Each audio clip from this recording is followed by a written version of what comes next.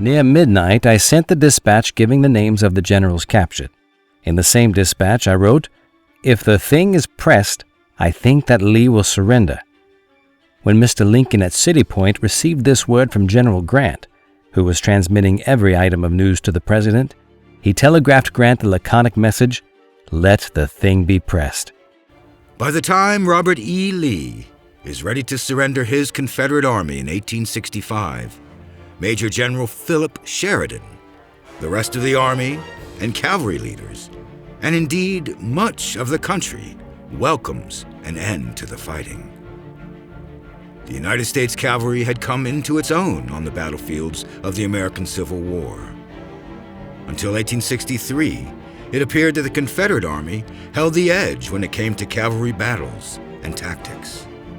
On June 9th, Confederate Major General Jeb Stuart, planning to oversee a movement of 9,500 troops, including 5 cavalry units, through the Shenandoah Valley and northward to Pennsylvania, is surprised at 4:30 a.m. by attacks from the Army of the Potomac's Cavalry Corps, with attacks from Brigadier General John Buford from the northeast, and later from the southeast from Brigadier General David McMurtry Gregg. All told, 11,000 Union cavalrymen charged the unsuspecting, though not fully unprepared, Confederate Cavalry Colonel J.H. Kidd. In Kidd's book, Personal Recollections of a Cavalryman, he describes the battle. All the fighting in this battle was done on horseback, and no more daring work was done by either side on any of the battlefields of the war than was seen at Brady Station. It must have been a pretty picture. Federal regiments halting and facing toward the points of the compass whence these attacks came, then falling back to new positions, stubbornly contesting every inch of ground. The fluttering of guidons and battle flags, the flash of sabers and the puffs of pistol shots, altogether a most brilliant spectacle. While the results of the battle would be called inconclusive, Brandy Station not only marks the beginning of the Gettysburg campaign, but for the first time, it demonstrates that the Union and Confederate cavalry are evenly matched. The following month sees General Robert E. Lee's defeat and retreat from Gettysburg, becoming an important turning point in the American Civil War. The battle would mark the final Confederate offensive move, with the subsequent retreat and remaining battles of the war seeing only defensive maneuvers from the Southern armies. 2 years later, April 1865, sees Robert E. Lee's army outnumbered and weakened by numerous losses through desertion, defeat, and disease. When General Ulysses S. Grant shatters the defensive lines of the Confederates in the Third Battle of Petersburg, Lee orders an evacuation of Petersburg and Richmond and tries to flee south to join with the Confederate forces in North Carolina. However, relentless harassment from Grant's pursuing Union soldiers drive Lee to hole up in Appomattox. And on April 8th, Major General George Armstrong Custer's Cavalry Division successfully seizes and destroys a train loaded with Confederate supplies and guns. The battle at Appomattox Station not only severs Lee's supply line, but stops the Confederate Army in their tracks and forces Confederate artillery divisions into battle against Union cavalrymen without infantry support.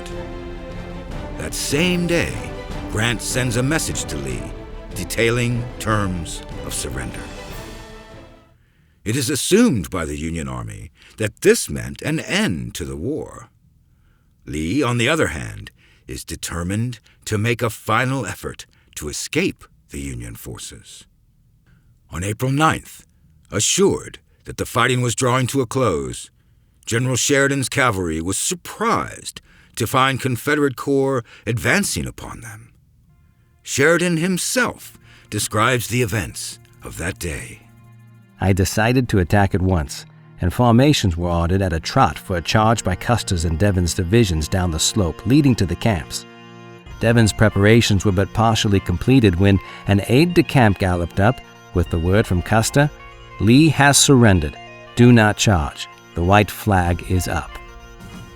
The enemy, perceiving that Custer was forming for attack, had sent the flag out to his front and stopped the charge just in time. I had once sent word of the truce to General Ord, and hearing nothing more from Custer himself, I supposed that he had gone down to the courthouse to join a mounted group of Confederates that I could see near there. So I, too, went toward them, galloping down a narrow ridge, staff and orderlies following. But we had not got halfway to the courthouse when, from a skirt of timber to our right, not more than 300 yards distant, a musketry fire was opened on us. This halted us, when, waving my hat, I called out to the firing party that we were under a truce and they were violating it. This did not stop them, however, so we hastily took shelter in a ravine so situated as to throw the ridge between us and the danger. We traveled in safety, and then by a gentle ascent approached the courthouse. I was in advance, followed by a sergeant carrying my battle flag. When I got within about 150 yards of the enemy's line, which was immediately in front of the courthouse, some of the Confederates leveled their pieces at us, and I again halted. Their officers kept their men from firing, however, but meanwhile a single-handed contest had begun behind me, for on looking back I heard a Confederate soldier demanding my battle flag from the color-bearer, thinking, no doubt, that we were coming in as prisoners. The sergeant had drawn his saber and was about to cut the man down, but at a word from me he desisted and carried the flag back to my staff, his assailant quickly realizing that the boot was on the other leg. These incidents determined me to remain where I was till the return of a staff officer whom I had sent over to demand an explanation from the group of Confederates for which I had been heading. He came back in a few minutes with apologies for what had occurred and informed me that General Gordon and General Wilcox were the superior officers in the group. As they wished me to join them, I rode up with my staff, but we had hardly met when in front of Merritt firing began. When quiet was restored, Gordon remarked, "General Lee asks for a suspension of hostilities pending the negotiations which he is having with General Grant." I rejoined, "I have been constantly informed of the progress of the negotiations, and think it singular that while such discussions are going on, General Lee should have continued his march and attempted to break through my lines this morning. I will entertain no terms except that General Lee shall surrender to General Grant on his arrival here. If these terms are not accepted, we will renew hostilities." Gordon replied, "General Lee's army is exhausted. There is no doubt of his surrender to General Grant."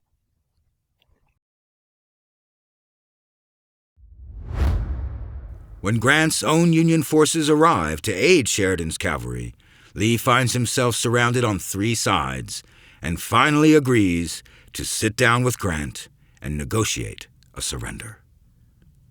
Lee might have escaped to Lynchburg if it weren't for the general that Grant spoke so highly of, General Philip Henry Sheridan. Born to Irish immigrants and raised in Somerset, Ohio, Philip Henry Sheridan works, as a boy, in several general stores. Sheridan will always be short in stature, reaching a height of 5'5" when fully grown.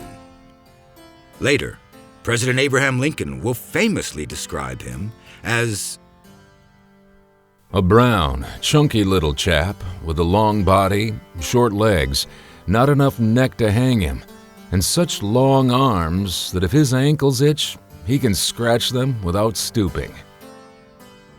His military career begins when, in 1848, one of Sheridan's regular customers, United States Congressman Thomas Ritchie, recommends Sheridan's appointment to the United States Military Academy at West Point. Ritchie's initial choice for the appointment failed an entrance exam and was dismissed for having a poor attitude. Sheridan fares only slightly better at the academy, and in his 3rd year, he is suspended for fist-fighting and threatening to stab another cadet with a bayonet in response to what Sheridan perceived as an insult. In 1853, Sheridan graduates 34th in his class of 52. Commissioned as a brevet 2nd lieutenant after his graduation, Sheridan receives assignments to the 1st and 4th U.S. Infantry at Fort Duncan, Texas, and Redding, California. While serving with the 4th Infantry, Sheridan becomes involved with the Yakima and Rogue River Wars, not only fighting with Indians in the Pacific Northwest, but acquiring useful skill in diplomatic relations with the natives. Just before the outset of the Civil War in 1861, Sheridan is promoted to first lieutenant. By May, he is made captain. A year later, Sheridan finds himself appointed colonel of the 2nd Michigan Cavalry, in spite of having no previous experience either leading or participating in mounted battle. Sheridan's leadership experience with the 4th Infantry ensures that his first time commanding cavalry forces in battle is a successful one.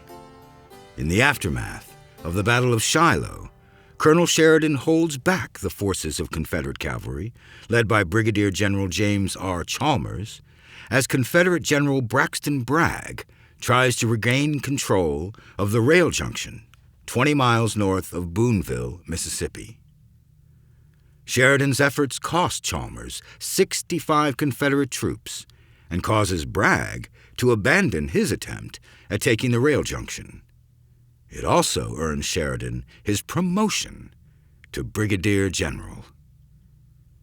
The attention paid to Sheridan by his superiors soon extends to General-in-Chief Ulysses S. Grant, who taps Sheridan to command the Cavalry Corps of the Army of the Potomac in April of 1864.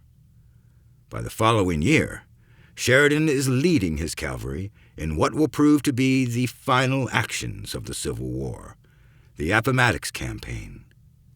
Stationed at Dinwiddie Courthouse, Sheridan writes to Major General Gouverneur K. Warren of the Union Army's 5th Corps with information on enemy movement and a plan of attack. I am holding in front of Dinwiddie Courthouse, on the road leading to Five Forks, for 3/4 of a mile with General Custer's division. The enemy are in his immediate front, lying so as to cover the road just this side of A. Adams' house, which leads across Chamberlain's Bed, or Run. I understand you have a division at J. Boisseau's. If so, you are in rear of the enemy's line and almost on his flank. I will hold on here. Possibly they may attack Custer at daylight. If so, attack instantly and in full force. Attack at daylight anyhow, and I will make an effort to get the road this side of Adams' house. And if I do, you can capture the whole of them. Any force moving down the road I am holding or on the White Oak Road will be in the enemy's rear, and in all probability get any force that may escape you by a flank movement. Do not fear my leaving here. If the enemy remains, I shall fight at daylight. P. H. Sheridan, Major General. When Warren fails to muster his troops until 4 p.m. that afternoon, Sheridan furiously and controversially removes Warren from his command, effectively ending his military career. It is later ruled that while Grant did defer to Sheridan's judgment on such matters, that Sheridan had no authority to remove Warren. In spite of this confusion, the Battle of Five Forks, the skirmish in question, becomes known as the Confederates' Waterloo, and 2 days later, Robert E. Lee would begin his retreat west, eventually reaching his final position of the war, Appomattox Courthouse. In the years following the Civil War, Sheridan continues to serve with the cavalry, not only as a part of the Indian Wars of the West, but as a crusader for the protection of some of America's most pristine land, Yellowstone National Park. While the preservation of the frontier was a priority for Sheridan, so too was the protection of those Americans who wanted to expand the country to the west. It was during the Indian Wars where Sheridan would once again ride alongside a cavalry general, also present during the Appomattox Campaign, and a man who came to Sheridan's rescue at the Battle of Five Forks. Perhaps the most storied cavalryman of them all, General George Armstrong Custer.